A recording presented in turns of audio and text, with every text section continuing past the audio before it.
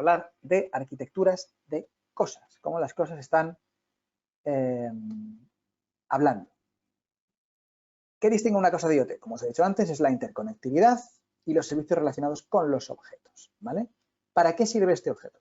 No sé si lo veis, bueno, lo estáis viendo. Este objeto, que el problema de hacer esta sesión online es que cuando está proyectada en una pantalla, nadie es capaz de leer la letra pequeña, pero aquí sí se puede leer, ¿vale? Entonces, bueno, este objetito que veis aquí es simple y llanamente un Smart Switch, ¿vale? Es una cosa muy fea, pero me permite hacer una especie de puente, ¿vale? Conectarlo con Wi-Fi a Internet y encender y apagar pues lo que ponga detrás de esa red, de esa línea de electricidad. Ya sea pues una lámpara, una lavadora o muchos más dispositivos, ¿vale? Bueno, este es el dispositivo. Fijaros qué pinta más horrible y la capacidad y la versatilidad que se le puede dar a este invento, ¿vale? Entonces, bueno, estos son los servicios, o esto es lo que puede hacer este cacharro. ¿Qué más les distingue? Bueno, la heterogeneidad, ¿vale? Es importante que dispositivos diferentes puedan hablar e interactuar entre sí, como os digo antes, ¿vale? Porque son de distintos. Por ejemplo, IKEA está haciendo un esfuerzo bastante grande, hay diferentes empresas, o Amazon, o Google con su Google Nest, no sé si lo conocéis, es un termómetro, bueno, no es un termómetro, es un termostato inteligente. Entonces, el termostato de Nest, por ejemplo, tiene esas tres comunicaciones que veis ahí en las bombillas de la derecha. Tiene Bluetooth, tiene Wi-Fi y tiene Zigbee, porque cualquiera de las tres es posible que el usuario lo quiera conectar. Entonces, en ese caso, voy a tener que hablar los tres conectores, con lo cual necesito, o sea, los tres protocolos de comunicación, con lo cual necesitaré no solamente el software del protocolo de comunicación, necesitaré una antena para poder conectarlos. Entonces, los dispositivos tienen que poder interactuar y por eso hay que darles ese punto de inteligencia. Cambian, ¿vale? Los dispositivos varían, como cualquier... No quiero decir que sean seres vivos, ¿vale? Porque no lo son, evidentemente. Pero les pasan ciertas cosas que les pasan a los seres vivos. Nacen, de hecho, una tarjeta SIM de M2M tiene 7 estados, ¿vale? Desde que se crea, se pone en preactivación, se pone en, a ver, ¿cuáles eran los 7? No me acuerdo cuáles eran. Bueno, hay 7 estados, para que os hagáis una idea.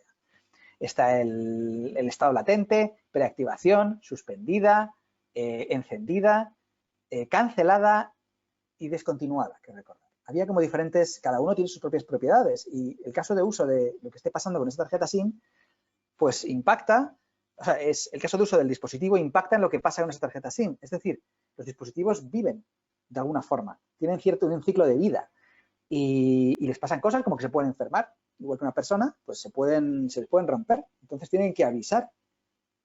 Todas estas cosas ocurren a los dispositivos conectados, no es tan sencillo como poner un SIM.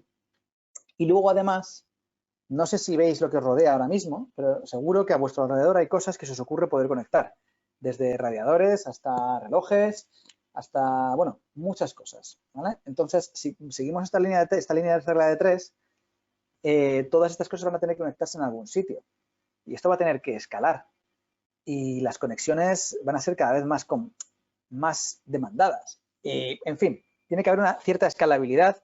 Si los centros de procesado de Google a día de hoy son campos de fútbol enteros de servidores, son granjas de servidores, imaginad que además de tener una persona o personas, tienen todas las puertas del planeta conectadas, todos los coches del planeta conectados, todas las lámparas, bombillas, no sé, cualquier cosa que se os pueda ocurrir conectadas, pues la escalabilidad que hace falta para eso es bastante grande. Vale, entonces, otro de los problemas siempre que surge en IoT es que hacer un piloto es muy sencillo, pero del piloto llevarlo a algo más es bastante complicado, ¿vale? Escalarlo, o sea, ese codo de escalabilidad es difícil de mantener.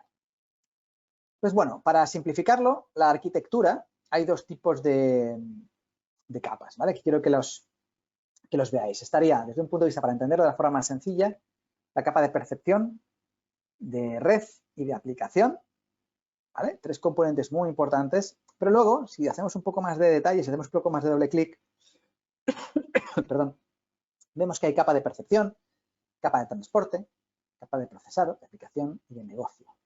Voy a ir poco a poco en cada una de ellas, ¿vale? La arquitectura básica para entender cualquier solución, para plantear, construir una solución de un bolígrafo conectado, pues tenemos para empezar que tener 3 grandes conceptos, ¿no? 3 grandes preguntas que hacernos. La primera es la capa, ¿cuál va a ser la capa de percepción? Empezamos desde la parte física, ¿vale? Porque las cosas al final, esto si no es físico no es IoT.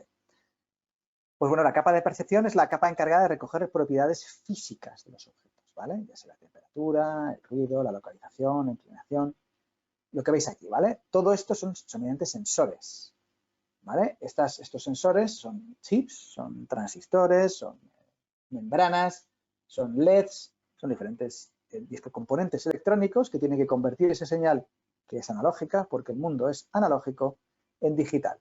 El conversor analógico-digital ocurre aquí, ¿vale? Son estos sensores los que digitalizan el mundo. La siguiente pregunta, ¿qué tipo de sensores tengo que poner? ¿Cómo los voy a poner? ¿Qué tipo de configuración van a tener? Bueno, pues esta es la primera para recoger esta información del mundo físico, ¿vale? Esta es la primera pregunta. La segunda es, una vez que recogen esa información, ¿cómo la comunican? ¿Qué tipo de comunicación me hace falta? Corto alcance, medio alcance, largo alcance, hay un router, no hay router por ahí cerca. Todo esto, ¿qué tipo de resiliencia tiene que tener? Y cuando digo resiliencia me refiero, por ejemplo, a qué pasa si hay interrupciones de servicio, si tengo que inventarme datos o extrapolarlos, o necesito la trama entera porque no puede caerme un fichero a medias, tiene que estar enterito, ficheros cortitos. Todo esto son preguntas que hay que hacerse en la capa de comunicaciones. Y por último, la capa de aplicación, que es la del procesado. Vale, tengo todos los datos, fenomenal. ¿Y qué hago yo con todo este chorro de datos? Bueno, pues algo hay que hacer, porque los datos en sí mismos no tienen ningún valor. Es la interpretación de los datos los que tienen valor. Entonces, esa interpretación es la que hay que darle, a la que hay que darle alegría. Y no sé si tenéis más asignaturas o habéis visto visualización de datos o dentro del mundo tecnológico hay una propia disciplina que se llama visualización de datos. Hay empresas muy punteras, como puede ser Carto, que es española, o D3, que son herramientas básicamente de visualización de información, porque mucha información junta, o sea, esto es una herramienta básica para ayudar a Big Data, porque Big Data nace de aquí. Es decir, por ejemplo, Big Data no es un ordenador, no son muchos datos, ¿vale? Big Data Big Data son teras de información casi en tiempo real o construyéndose en tiempo real. Eso podría ser una herramienta de Big Data. Y volviendo al mundo de telecomunicaciones, las antenas y los teléfonos reportándose a las antenas, toda esa información junta y agregada, eso podría ser Big Data. Es decir, es mucha información junta y el cómo procesarla es lo que corresponde a esta capa, ¿vale? IoT, por definición, va a generar cientos y cientos de teras de información y, no sé si sabéis, un coche de carreras conectado, un coche de Fórmula 1, produce, creo recordar, que eran 280 teras de información por carrera. Es una barbaridad. O sea, todos esos sensores que tienen los coches de Fórmula 1 están constantemente funcionando, guardando información al milisegundo, con lo cual sale un montón de información. Bueno, pues todo eso hay que procesarlo porque si no, lo que tengo son muchos discos duros y ya está. Desde un punto de vista de negocio, la cosa cambia un poco, ¿vale? Porque la percepción, como habéis hecho, hay determinados, como se ha repartido, como que se han dividido las capas, ¿vale? En esta última capa, y por retomar la que estaba hablando de la aplicación, ya no solamente la representación gráfica, también tiene que ver la inversión, es decir, el valor que produce esta representación gráfica, cuánto va a cobrar, cuánto va a costar y cuánto voy a recibir por ello, qué valor, o sea, cuánto me van a pagar por ello y qué coste tengo, ¿vale? Esto es importante. El procesado, esa limpieza y clasificación de datos, es importante también, ¿vale? Hay que procesar, eso tiene un coste adicional para entender qué tipo de información está llegando, ¿vale? Y bueno, en fin, lo que quiero deciros es que hay un par de capas adicionales, que serían en este caso son las de procesamiento y negocio, que lo que hacen es añadir esa visión económica a todo esto. Porque yo puedo tener un reloj conectado pero si me cuesta 5 euros más que un 1 conectado y no me aporta ningún valor, estoy perdiendo el tiempo y el dinero. Por eso hay muchos dispositivos de IoT que adolecen de esta falta de valor, ¿vale? Es importante esta visión de negocio y tiene que permear en todas las capas, porque lo que voy a pagar por una SIM hay que meterlo en un Excel. Lo que voy a pagar por hacer el sensor, voy a meterlo en un Excel. Y todo tiene que ser pagado con el valor que aporte esa nueva feature que me da la cosa conectada. En cuanto a formas de conectar las cosas, bueno, pues hay diferentes formas, ¿vale? Que aquí las veis representadas. Voy a contar un poquito por encima para que las entendáis.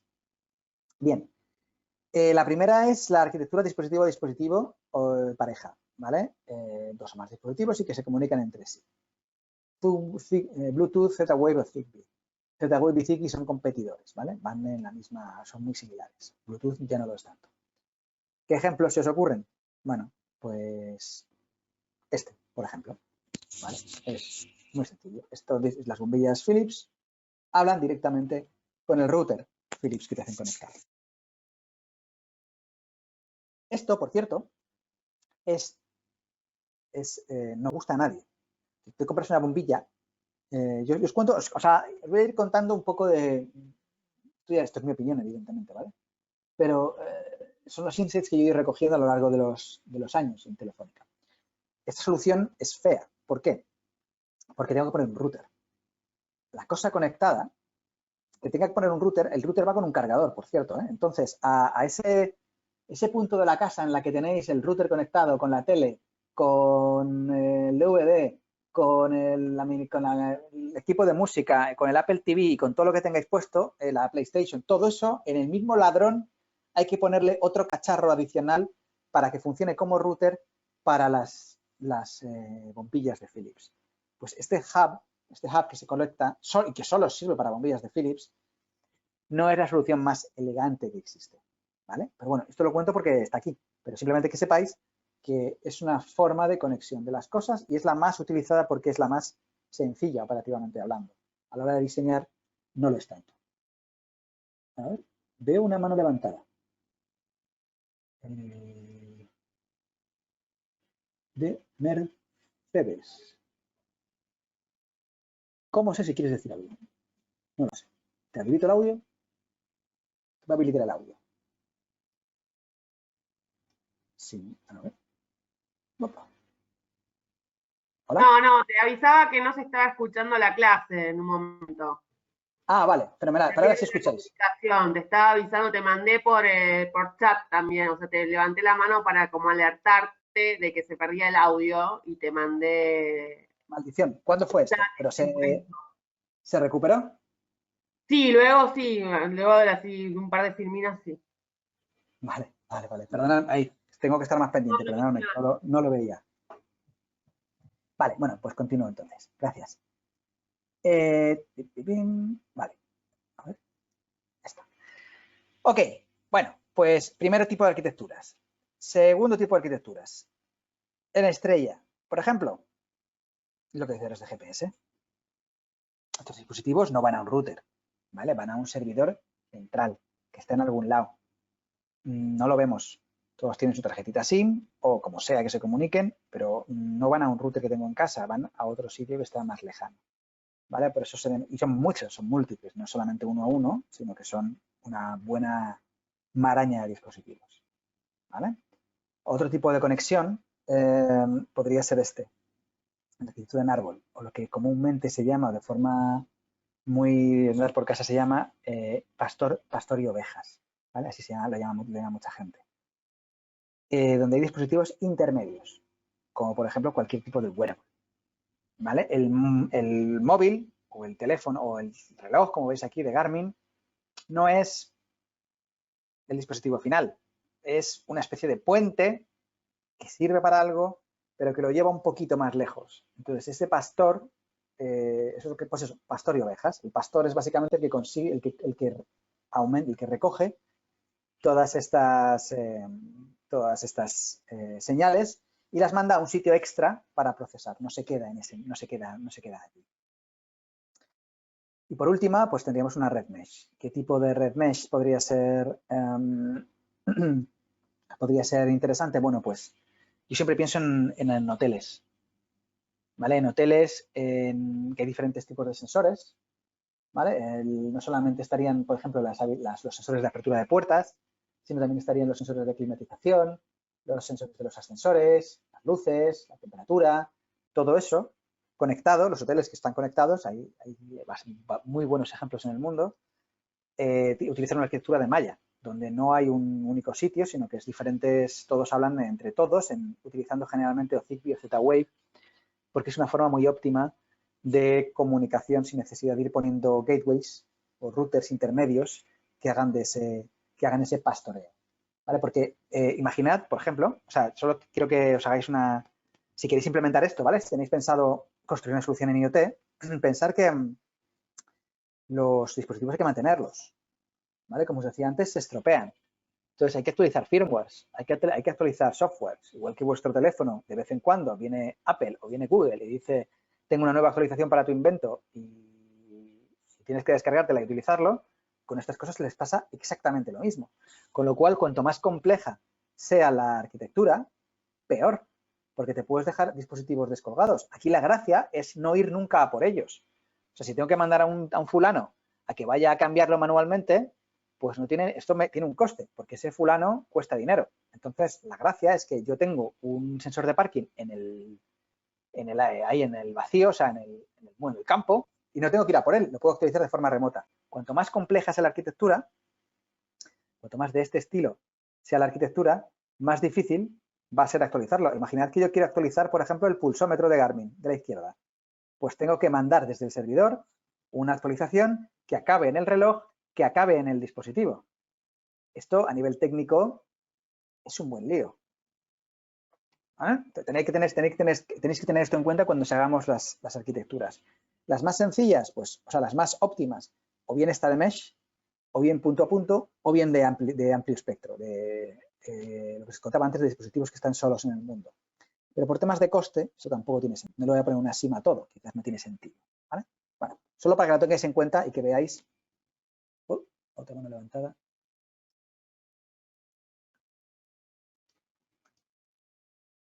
Sí, José Ignacio.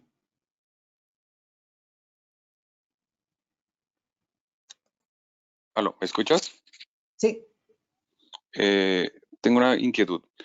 Se supone que el software, diseñamos un dispositivo y está el hardware, que son digamos, diferentes cosas que podría hacer un hardware al comunicarse con otro dispositivo. El software debe ser libre y se podría cambiar o podría ser programado de diferente forma para variar. ¿Cuál es el límite para decir, bueno, hasta acá yo hago un software y el hardware me va a permitir eso? Digamos, limitante, porque si todo lo hacemos en el hardware, en los chips, pues siempre vamos a tener que estar cambiando el hardware. Sí. A eso me refiero. Vale. Gracias. O sea, tu pregunta es, a ver si lo he entendido bien, ¿vale? Si no, me corriges. La pregunta es, ¿qué tipo de cosas hay que programar? ¿Qué tipo de software, lo que es el firmware, hasta dónde llego, qué me dejo y qué quito dentro de las soluciones? Exacto, es así. ¿Hasta qué capa? O sea, llego hasta un límite en hardware y llego hasta un software que hago más flexible. En teoría, el flexible es software, porque yo puedo en mis instalaciones o en mi fábrica, la software factory, desarrollar o implementar ajustes y el hardware lo dejo más abierto para que pueda irse cambiando poco a poco, porque si a cada rato estoy cambiando el hardware, es más dispendioso. Absolutamente. Es muchísimo más costoso. Imaginad lo que supone ir a cambiar hardware cuando lo tienes conectado de forma remota. O sea, además va contra el modelo de negocio, porque si tú haces un modelo de negocio, tienes un coste de operaciones que evidentemente lo sueles tener de despliegue, pero no suele haber un coste recurrente de operaciones. Generalmente el coste luego tiende a ser mucho más bajo porque el coste de operaciones inicial es muy amplio, ¿vale? La instalación siempre es mucho más costosa que el mantenimiento, o debería ser así. Entonces, ¿hasta qué punto? Bueno, pues por experiencia yo te cuento lo que se suele poner en los dispositivos, ¿vale? Para empezar, se les suele dar un poco... Los dispositivos son baratos a día de hoy. Es decir, el hardware es, en cuanto a capacidad de memoria, suele ser bastante más, y de procesado, es barato en comparación al recurso que da. Se le suele dejar cierta holgura. ¿Qué tipo de cosas se colocan en el firmware de los dispositivos? Pues todo lo relacionado con los sensores y la recepción y transmisión de esos mensajes. El procesado se suele llevar siempre aguas arriba. Cuando digo aguas arriba, quiero decir al servidor. Es decir, yo lo que quiero es que, por ejemplo, un coche. Un coche se ve muy bien. Yo tengo diferentes tipos de sensores. Hay sensores importantes, como por ejemplo, el nivel de aceite está descendiendo, o la temperatura del líquido, o la temperatura de los frenos está aumentando. Pero hay otros mucho más críticos, como, yo qué sé, el aceite se está acabando, o la temperatura del motor está subiendo a... Hay diferentes grados de mensajes que puede comunicar ese coche. Entonces, cosas que hay que tener en cuenta, por ejemplo, pues son la criticidad de los mensajes que voy a mandar, ¿vale? Son más o menos críticos y tengo que mapear qué tipos de mensajes, tengo que prever, evidentemente, qué tipo de mensajes van a ocurrir y cuáles son más críticos y menos críticos. Y esos mensajes son los que tengo que priorizar en las comunicaciones del dispositivo. Todo lo que sea procesado de datos se lleva a la nube, se tiende a llevar a la nube. ¿Por qué? Pues porque en la nube tengo el respaldo, puedo hacer backups, tengo un procesado casi infinito, de capacidad de procesado casi infinita, bueno, no es infinita, pero me entendéis. Entonces, todo lo que sea, para responder a tu pregunta, todo lo que sea procesado de esos mensajes, de esa recepción y llevada al mundo, llevarlo al mundo virtual y toda la gestión de colas de esos mensajes, es lo que se suele utilizar, es lo que se pone, o lo que se programa en ese firmware de dispositivo.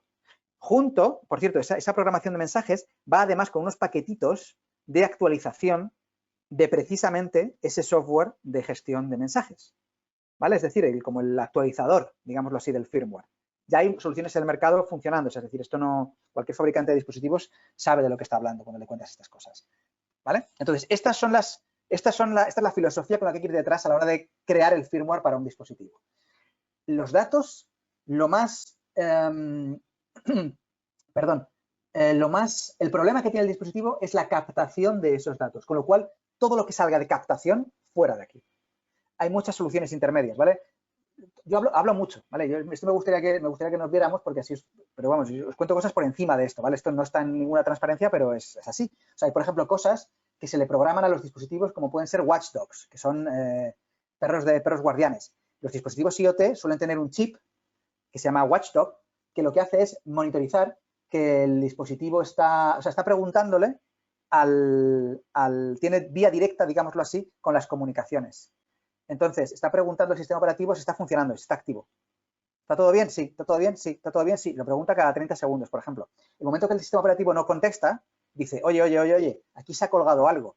Y dispara un mensaje hacia arriba, ¿vale? Por eso es perro guardián, de, oye, parece que el sistema operativo se ha colgado.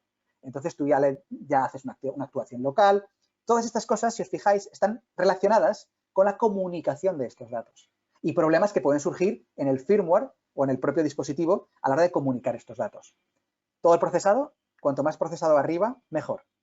A día de hoy, y ahora ya no quiero seguir hablando porque es que estoy contando un montón de cosas y no tengo slide para enseñaros, pero a día de hoy lo que se está haciendo es una filosofía que se denomina Edge Computing, que quiere decir todo este procesado que va a los centros de Amazon o a los centros de Google, todo este procesado que hago en la super red, lo hago en un sitio intermedio.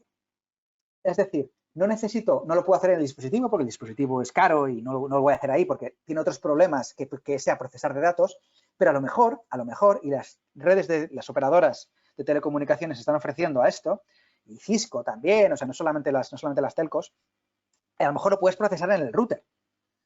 Y en el router puedes tener lo que se denomina Edge Computing. ¿Y qué tiene de bueno eso? Bueno, pues que es increíblemente rápido. ¿En qué tiene sentido esto, por ejemplo? Pues imaginaos que queremos tener los coches de Elon, los Teslas, qué bonitos son. Bueno, pues imaginad que van solos por el mundo. Entonces, como van solos, tienen que ir mirando cómo están los demás y todo eso, el estado del tráfico y no sé cuántos, ¿no? Pero también ahí la carretera tiene que actualizar sobre cómo está el estado de la carretera. Los demás coches tienen que verse entre sí. Esa comunicación la pueden hacer el coche en local, pero hay ciertos mensajes que debería mandarlos a la red, ¿no? Arriba del todo para ver cómo está el estado de la carretera, si tiene que cambiar de tráfico. Pues esto se podría hacer, en lugar de mandarlo arriba del todo, se podría mandar a un nodo intermedio. Y eso se denominaría Edge Computing, ¿vale? Para prevención de accidentes, respuesta rápida de dispositivos, eso sería en un nodo intermedio. Pero la visión inicial es el dispositivo solo se ocupa de esto y el procesador se lleva más adelante. Pero como todo en la vida, pues tiene diferentes no es ni blanco ni negro, sino que es gris, ¿vale?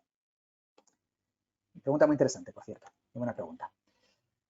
Entonces, bueno, por último, los backends, hay otro tipo de arquitectura que, hablando ya de la nube, que puede servir para interconectar diferentes cosas y es intercambiar backends. Es decir, que un dispositivo recoja una información, pero que utilice otra aplicación que no estaba programada para ello, para procesarlo. El ejemplo sería el mundo del GPS, ¿no? Pues bueno, pues el GPS tiene una serie de estándares, o bueno, estándares. Bueno, creo que recordar que hay como unas 60 o 70 formas distintas de dar coordenadas, pero solamente hay 60 o 70. Entonces, si sabes interpretarlas, pues puedes cambiar de backends, Garmin con Strava, con Endomondo, con una misma pulsera, ¿vale? Esto es otra forma de interconectar las cosas. Bien, entonces, esto en cuanto a cómo las cosas se conectan, para que hagáis un poco una idea de cómo están más o menos las cosas conectadas y filosofía de cómo va el IoT. Tenemos una hora más. No sé si queréis hacer, si no me decís nada, sigo del tirón, pero si queréis hacer un descanso de 2 minutos, lo hacemos. Cuando digo 2, son 2, ¿eh? No lo demás. ¿Alguien dice algo? Bien. Continuamos entonces. Impulso inicial. No sé si estáis, a lo mejor hay alguien ahora pegándose con el ratón a ver si consigue darle, pero bueno, si no, empezamos con esto. Impulso inicial. Entonces, bueno, a pesar de eso, hay muchos factores que han impulsado IoT a donde está a día de hoy, ¿vale? La interoperabilidad es un problema y tal, de los problemas hablamos más tarde, pero ¿qué ha hecho que sea bueno esto? ¿Qué ha hecho que se empuje muy, muy rápido? Bueno, pues para empezar, la conectividad. La conectividad es ubicua. Ahora mismo ya podemos conectar cualquier cosa prácticamente en cualquier lugar del mundo y en los que no, ya se está trabajando también para ello. Hay ejemplos muy llamativos de conectividad. Por ejemplo, Telefónica ha hecho un problema que es ¿cómo se dice? Una iniciativa que se llama Internet para Todos, junto con Google, en la que se va a zonas de Latinoamérica, zonas rurales, donde no hay conectividad, no hay tarjetas, no hay conectividad móvil y, por tanto, esa zona rural se encuentra en amplia desventaja para competir en el mundo global. Y ellos se han encargado de generar globos aerostáticos, globos que hacen de antenas. Se van recorriendo las zonas para dar más conectividad a estas zonas, pues zonas de jungla, zonas donde es muy complicado el acceso y donde es complicadísimo y carísimo y costosísimo tirar un cable para llevar una tarjeta, o sea, una antena. Pues en estos sitios ya se está trabajando en conectarlos mediante soluciones ingeniosas, como os comento, de globos aerostáticos. Por tanto, la conectividad es prácticamente una commodity. Eso lo sabe cualquiera que trabaja en el mundo de las comunicaciones. Un mega de la operadora A es igual que el mega de la operadora B o prácticamente igual. Y lo único que cambia es el color del logo y los programas que me venden en la tele. Pero aparte de eso son bastante similares. Conectividad ubicua y como segundo factor sería el abaratamiento y la capacidad de cómputo. A día de hoy, no sé si conocéis los dispositivos Raspberry Pi, o bueno, Orange Pi o Core 2, son dispositivos que son increíblemente baratos, ¿vale? Una Raspberry Pi 3B, ¿vale? Bueno, llaman por la versión 4, cuesta $30. $30. Es capaz de procesar HDMI. Es un mini ordenador. Bien, en fin, no tiene caja, ¿vale? Te la venden así, que da mucho miedo, porque ven los chips. Pero fijaros que tiene un puerto de Ethernet, tiene 4 tomas de USB, tiene un lector de tarjetas SD, tiene una salida de HDMI por el otro lado, que no lo veis por ahí, y tiene una serie de entradas y salidas analógicas y digitales. O sea, es increíble el cacharrito, la potencia que tiene, es capaz de correr Linux, o sea, es capaz de correr un ordenador prácticamente completo, tiene memoria RAM, es decir, es increíblemente completo para $30. Y como esto, un montón de dispositivos. Los dispositivos a día de hoy son baratos. Cuando me preguntabais antes, el hardware, ¿dónde está la frontera del hardware? Bueno, del firmware ya os lo conté. Y en cuanto al hardware, pues se suele tender a poner un poquito más de potencia de cálculo, prácticamente por eso, porque cuanta más cálculo tenga, más fácil será hacer la actualización, más fácil será hacer esos programas de gestión de colas, de mensajes, más fácil será todo aquello. ¿Vale? Esta imagen me parece muy representativa. Es la misma casa, es el mismo edificio, pero son unos cuantos años de diferencia. Fijaros lo que costaba un ordenador en los años 60, $65.000. La Raspberry Pi 0 es el caso de ordenador, que es como la Raspberry que os he enseñado antes, pero es aún más reducida, con aún menos interfaces, hasta 4 libras. Y bueno, es realmente sorprendente cómo avanza la ley de Moore y cómo nos permite conectar las cosas. Esto, evidentemente, ha hecho que IoT pueda convertirse en una realidad. Adicionalmente, la miniaturización. Aquí veis una oblea de silicio y un tipo que está rompiendo toda la cadena de control de polvo, porque no tendría que estar así. Pero bueno, en fin, veis aquí que ya IBM ya está hablando de los 5 nanómetros. Los chips se miden en nanómetros, la capacidad o la tecnología, ¿vale? 14 nanómetros, 15 nanómetros, o sea, los nanómetros es la distancia que hay entre los diferentes procesadores, los millones de procesadores que tienen. Y bueno, IBM ya está hablando de 5 nanómetros, ¿vale? Esto es increíble. Lo que os contaba antes del botón de la camisa conectado. Bueno, pues por aquí va el tema, ¿no? Cada vez van a ser mucho más pequeños estos dispositivos. Y por último, bueno, y otra de las cosas que está teniendo mucha atracción, que está ayudando a la atracción, es el análisis de datos. El Big Data y la visualización de datos está haciendo que sea cada vez más sencillo extraer insights de todos esos datos que estamos recibiendo. Pongo aquí la herramienta más casposa que hay para recoger datos, ¿vale? Que sería Power BI, que es una herramienta de la suite de Microsoft.